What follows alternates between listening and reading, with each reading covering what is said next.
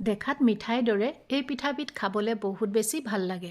তাৰ বাবে মই ইয়াতে ৰুকি লোৱা নাৰিকল লৈছোঁ আৰু ইয়াতে লগতে দিছোঁ গুড় আৰু দি পেলাই ভালদৰে এইখিনি মই ভাজি লৈছোঁ।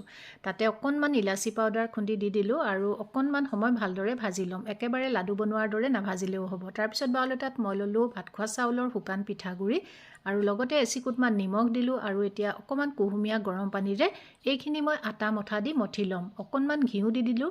ঘিউ দিলে টেষ্টটো খুব বেছি ভাল হয় আৰু ভালদৰে এইখিনি মই সানি ল'লোঁ। তাৰপিছত মই গুড় নাৰিকলৰ মিশ্ৰণত সৰুকৈ কাটি লোৱা কাজু অলপমান দি দিলোঁ আৰু এতিয়া মই পিঠাগুড়িৰ মিশ্ৰণ অলপ হাতত এনেদৰে লৈ অকণমান চেপেটা কৰি তাৰ ভিতৰত মই নাৰিকল আৰু গুড়ৰ মিশ্ৰণ অলপ এনেদৰে দি পেলাই এইটো পুনৰ চেপেটা কৰি দিলোঁ। গোটেইখিনি পিঠা এনেদৰে ৰেডি কৰি ল'লোঁ। তাৰপিছত মই এখন পেনত দিলোঁ গাখীৰ, অকণমান ডাঠ গাখীৰ লৈছোঁ। তাতে মই সোৱাদমতে দি দিলোঁ চেনি আৰু অকণমান ইলাচি পাউডাৰ দি দিলোঁ আৰু ৰংটো ভাল হ'বৰ বাবে মই ইয়াতে চেফ্ৰন অকণমান ব্যৱহাৰ কৰিছোঁ।